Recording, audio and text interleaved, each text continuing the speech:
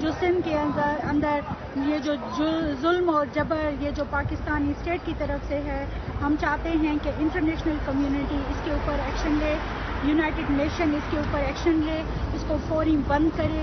سندھ کے اندر جو مافیا، جو قبضہ مافیا، جو زمینوں پہ لینڈ گریبنگ، جو انفورسمنٹ ایجنسیز ہیں، وہ جو لوگوں کو اٹھا رہے ہیں، جو لوگوں کو ایکسٹرا جوڈیشل کلنگ میں مار رہے ہیں، لوگوں کو گولیاں مار رہے ہیں، اس کے اوپر ہم چاہتے ہیں کہ انٹرنیشنل کمیونٹی اس کے اوپر ایکشن لے۔ چونکہ سندھ کے اندر آج بھی اس کے وسائل اتنے ہیں کہ آج بھی اگر سندھ پاکستان سے الگ ہو جائے تو ایک خوشحال اپنی کنٹری بنا سکتا ہے، اپنے وسائل استعمال کر سکتا ہے۔ پاکستان سندھ کے ہر وسائل پہ قبضہ کر کے بیٹھا ہے۔ پاکستانی فوج اور خفیہ ایجنسی ISI کے بڑھتے ریاستی ظلم و جبر کے خلاف انسانی حقوق رہنما ہدایت اللہ لوہار ہی نہیں بلکہ ان کی دونوں بیٹیاں بھی آواز اٹھاتی رہی ہیں۔ یہی وجہ رہی کہ لوہار خاندان کے مکھیا کی آواز کو خاموش کرنے کے لیے ہدایت اللہ لوہار کو سندھ صوبے کے نصیر آباد شہر میں 16 فروری 2024 کو پاکستان کے پالے ہوئے دہشت گردوں نے ٹارگٹ کلنگ کے ذریعے قتل کر دیا۔ قابل غور بات یہ رہی کہ CCTV فوٹیج کے ذریعے پاکستانی فوج کی کالی کرتوتوں کو اجاگر کرتے ہوئے ٹارگٹ کلر کو صاف دیکھا جا سکتا ہے، لیکن ابھی تک ملزمان کو کیفر کردار تک نہیں پہنچایا جا سکا ہے۔ قابل غور بات یہ ہے کہ مقتول ہدایت اللہ لوہار کے لواحقین اور علاقہ مکینوں کی جانب سے گزشتہ کئی روز سے سندھ صوبے سمیت دیگر علاقوں میں احتجاجی مظاہرے اور دھرنا دیے جانے کے باوجود پولیس نے ابھی تک FIR تک درج نہیں کی ہے۔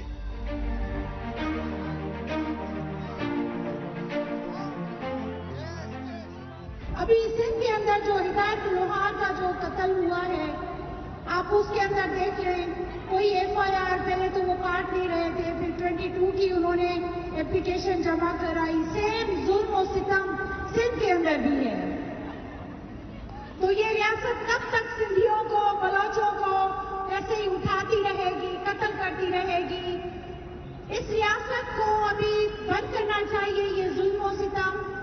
اس ریاست کو سمجھ جانا چاہیے کہ ہم اس اسٹرگل سے، اس جدوجہد سے پیچھے ہٹنے والے نہیں ہیں۔ ہم اپنی جدوجہد، ہم اپنی اسٹرگل تب تک جاری رکھیں گے جب تک ہمیں پاکستان ریاست سے آزادی نہیں مل جاتی۔ گزشتہ کئی روز سے سندھ سمیت دیگر علاقوں میں انسانی حقوق رہنما ہدایت اللہ لوہار کو عدل و انصاف اور ان کے قاتلوں کی گرفتاری کو لے کر احتجاج جاری ہے۔ لہٰذا اس جدوجہد کو روکنے کے لیے پاکستانی فوج اور خفیہ ایجنسی ISI نے ہدایت اللہ لوہار کی دونوں بیٹیوں سمیت پورے خاندان کو لڑکانہ سے گرفتار کر لیا ہے۔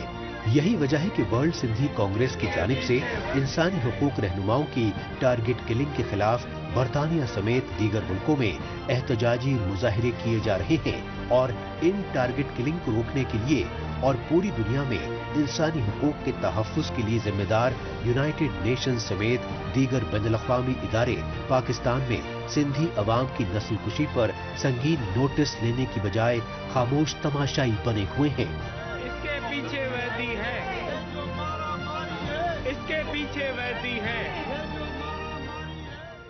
پاکستانی فوج اور خفیہ ایجنسی ISI نے سندھ کی طرح بلوچستان میں تو 1948 میں جبرن قبضے کے بعد سے ہی ریاستی دہشت گردی کی تمام حدیں پار کر دی ہیں۔ انسانیت سوز پہلو یہ ہے کہ پاکستان اور چین CPEC و گوادر پورٹ منصوبوں کی آڑ میں بلوچستان کے قدرتی وسائل لوٹ رہے ہیں اور بلوچستان کے وسائل کی لوٹ کھسوٹ کی مخالفت کر بلوچوں کی نسل کشی کر رہے ہیں۔ یہی وجہ رہی کہ جنیوا میں United nations human rights council کے 55ویں سالانہ اجلاس میں بلوچستان مسئلہ پوری شدت سے اٹھایا گیا۔ یہ نظارہ ہے سوئٹزرلینڈ کے جنیوا شہر کا اور دنیا بھر میں انسانی حقوق کی علامت مانے جانے والے United nations human rights council یعنی UNHRC کی جانب سے منعقدہ 55ویں بین الاقوامی سیشن کا۔ خاص بات یہ رہی کہ UNHRC کے سیشن میں شریک جلا وطن بلوچ کارکنوں نے پاکستان اور چین کے نام نہاد ترقیاتی منصوبے چائنا پاکستان اکنامک کوریڈور یعنی CPEC کی آڑ میں بلوچستان میں بڑھتی ریاستی دہشت گردی کا سنگین مسئلہ اٹھایا۔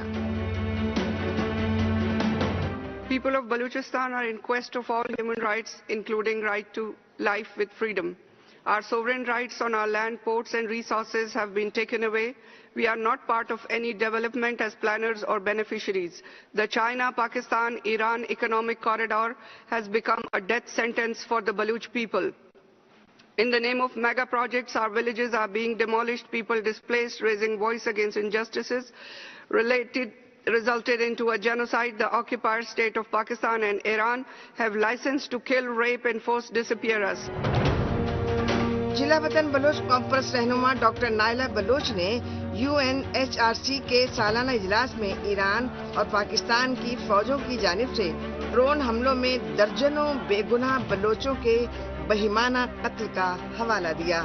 اس کے علاوہ بلوچستان کی بچیوں اور خواتین سے جنسی زیادتی کے بڑھتے واقعات کو بربریت کی انتہا بتاتے ہوئے اقوام متحدہ سمیت یورپی بین الاقوامی برادری سے بلوچ نسل کشی روکنے کی گہار لگائی۔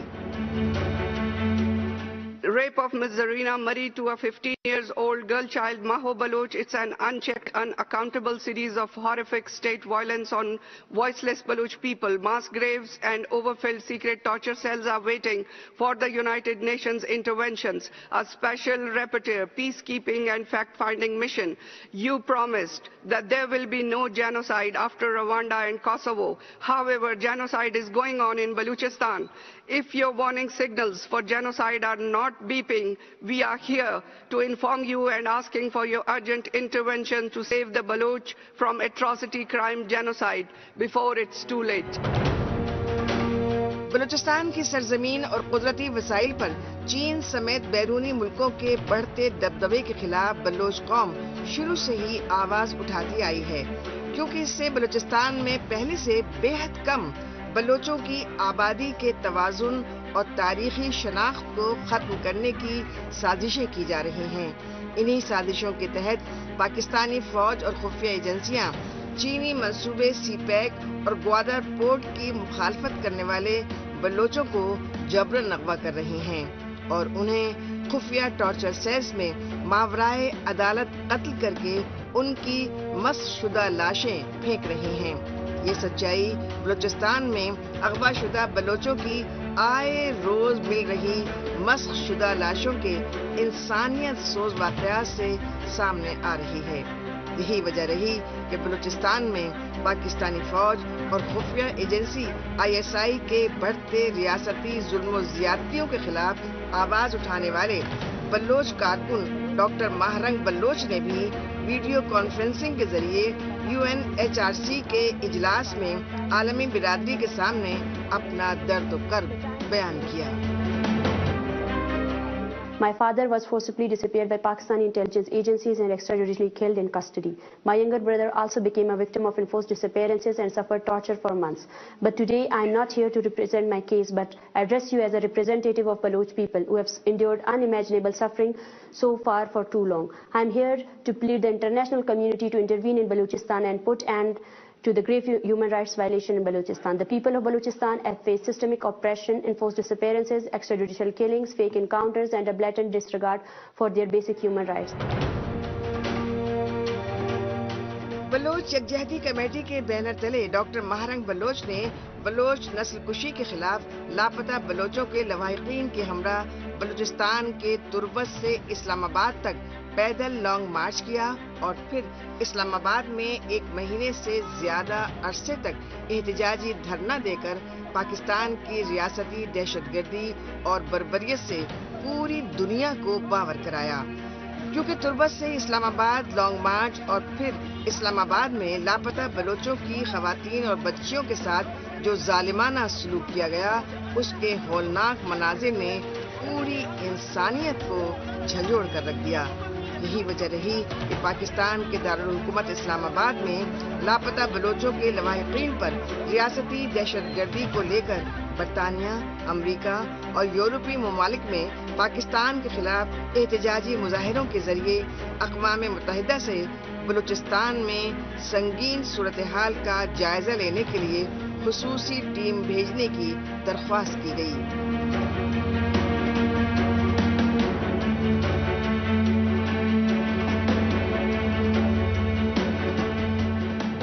پاکستان رپورٹر میں ابھی باقی ہے، ماہ رمضان میں پاکستان میں بے قابو مہنگائی سے غریب روزے داروں میں غم و غصے کا غبار۔ لیکن اس سے پہلے وقت ہے پاکستان رپورٹر کے خصوصی سیگمنٹ تیز رفتار خبروں کا۔ آئیے خصوصی سیگمنٹ میں ہمیشہ کی طرح ڈالتے ہیں ایک نظر پاکستان کی ہفتے بھر کی کچھ چنندہ خبروں پر۔ پاکستان کے پنجاب صوبے میں فوج کا گڑھ مانے جانے والے راولپنڈی شہر میں اس وقت خوف و دہشت پھیل گیا جب دیر رات کو دہشت گردوں نے اڈیالہ جیل پر حملہ بول دیا۔ حالانکہ بعد میں پاکستانی فوج کے زیر کنٹرول نام نہاد کاؤنٹر ٹیررزم ڈپارٹمنٹ یعنی CTD اور راولپنڈی پولیس نے مشترکہ آپریشن میں اڈیالہ جیل پر حملہ آور تینوں دہشت گردوں کو زندہ گرفتار کرنے کا دعویٰ کیا اور فوری تفتیش کے بعد راولپنڈی میں گرفتار کیے گئے تینوں دہشت گردوں کا تعلق TTP یعنی تحریک طالبان پاکستان سے ہونے اور ان کے پڑوسی ملک افغانستان سے پہنچنے کی بات کہی۔ راولپنڈی کی اڈیالہ جیل میں پاکستان کے سابق وزیر اعظم عمران خان اور سابق وزیر خارجہ شاہ محمود قریشی سمیت کئی اعلیٰ سیاسی لیڈران قید ہیں۔ پاکستان کے سب سے بڑے تجارتی شہر کراچی میں آتش زدگی کا خوفناک حادثہ پیش آیا۔ کراچی کے سائٹ ایریا خیبر موڑ کے قریب چورنگی کے علاقے میں آتش زدگی کا یہ حادثہ پیش آیا۔ موقع پر پہنچی پولیس نے بتایا کہ فیکٹری کے گودام میں لگی آگ نے دیکھتے ہی دیکھتے پوری فیکٹری کو اپنی زد میں لے لیا اور لاکھوں کا سامان جل کر خاک ہو گیا۔ چشمدیدوں نے بتایا کہ آگ کی شدت اتنی خوفناک تھی کہ آس پاس کی عمارتوں کو بھی شدید نقصان پہنچا۔ ریسکیو اہلکاروں کے مطابق فائر بریگیڈ کی 3 گاڑیوں نے کافی مشقت کے بعد آگ پر قابو پایا۔ پاکستان میں عدل و انصاف سے اعتماد اٹھنے کی وجہ سے ظلم و زیادتیوں سے 2-4 خواتین تک نے اب خود انتقام لینا شروع کر دیا ہے۔ ایسا ہی ایک تازہ واقعہ پاکستان کی اقتصادی راجدھانی کراچی میں پیش آیا، جہاں گھریلو تشدد کی شکار ایک خاتون نے اپنے شوہر کو فائرنگ کر کے قتل کر دیا۔ واردات کے مقام پر پہنچی پولیس نے بتایا کہ یہ واقعہ کراچی کے پوش علاقے ڈیفنس میں سامنے آیا، کیونکہ یہاں 2 بچیوں کی ماں نے اپنے 35 سال کے شوہر شاہزیب ملک کو سر میں گولی مار کر قتل کر دیا۔ پولیس نے مقتول شاہزیب ملک کی لاش کو مردہ گھر پہنچانے اور دونوں کے اپنی پسند سے نکاح کرنے کی جانکاری دیتے ہوئے فرار ملزمہ کو جلد گرفتار کرنے کا یقین دلایا۔ پاکستان میں گھریلو تشدد کے واقعات روز کا معمول بن چکے ہیں۔ ایسا ہی ایک واقعہ پنجاب صوبے کے فیصل آباد ضلع کی نعمت کالونی میں پیش آیا، جہاں گھر کی مالکن قاسم نامی خاتون نے 11 سال کی عائشہ نام کی گھریلو ملازمہ پر بہیمانہ تشدد کر کے اسے موت کی نیند سلا دیا۔ عائشہ فیصل آباد کی نعمت کالونی میں اسکول ٹیچر کے گھر پچھلے 4 ماہ سے گھریلو ملازمہ کے طور پر کام کر رہی تھی۔ مقتول عائشہ کے والدین نے بتایا کہ اسکول ٹیچر عائشہ کو کام کاج کے ساتھ ساتھ پڑھانے لکھانے کا کہہ کر اپنے ساتھ لے آئی تھی اور 4 ماہ کے بعد پتہ چلا کہ ان کی عائشہ اسپتال میں انتقال کر گئی۔ پوسٹ مارٹم رپورٹ کے مطابق عائشہ کے جسم پر کئی زخموں کے نشان موجود تھے۔ پاکستانی اقتدار پر حاوی آرمی اسٹیبلشمنٹ کی جانب سے 8 فروری کو کرائے گئے نام نہاد عام انتخابات میں ریکارڈ توڑ دھاندلیوں کو لے کر ہوئی شدید فضیحت سے بچنے کے لیے سوشل میڈیا پر جو پابندی لگائی گئی وہ ابھی تک بحال نہیں ہو سکی۔ حالانکہ پاکستان کے سابق وزیر اعظم عمران خان کی پارٹی PTI کے جیتے آزاد امیدواروں کے نتائج بدل کر کٹ پتلی سیاسی جماعتوں کی حکومتیں تک بن گئیں، تاہم پاکستانی فوج اور خفیہ ایجنسی ISI نے اپنے کالے کرتوتوں کے خلاف PTI کے حامی سوشل میڈیا یوزرز کی باغی مہم سے ڈر کر انٹرنیٹ سروسز خصوصاً ایکس یعنی سابقہ ٹویٹر پر لگائی گئی پابندی ختم نہیں کی ہے۔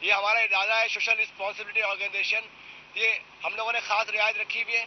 80 روپے ڈزن کیلا رکھا ہوا ہے اور اس سے اچھا کیلا تھا 120 روپے ڈزن کیلا رکھا ہوا ہے اور 130 روپے کلو جو ہے خربوزہ رکھا ہوا ہے اور 300 روپے کا ڈبہ کھجور کا رکھا ہوا ہے تاکہ عام عوام بھی لے سکے اس چیز کو. اور الحمدللہ عام عوام لے رہی ہے. اور جو بہت ہی غریب طبقہ ہے ان کے لیے ٹوٹے ہوئے جو کیلے ہیں 50 روپے ڈزن رکھے ہوئے ہیں وہ بھی لوگ لے کے جا رہے ہیں مجبوری میں. دل نہیں چاہ رہا لیکن لے کے جا رہے ہیں, کیا کریں.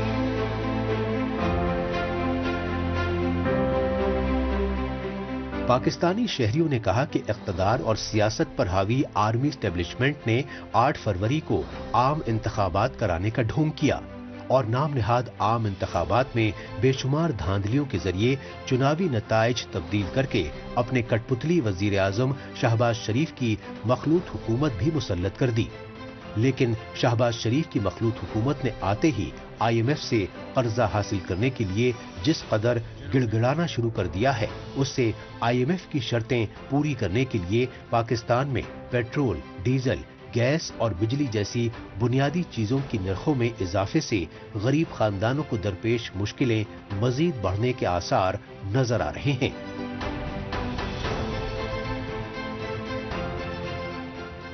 ناظرین, آخر میں ڈالتے ہیں ایک نظر سوشل میڈیا پر اس ہفتے سرخیوں میں چھائی رہی پاکستانی خبروں پر.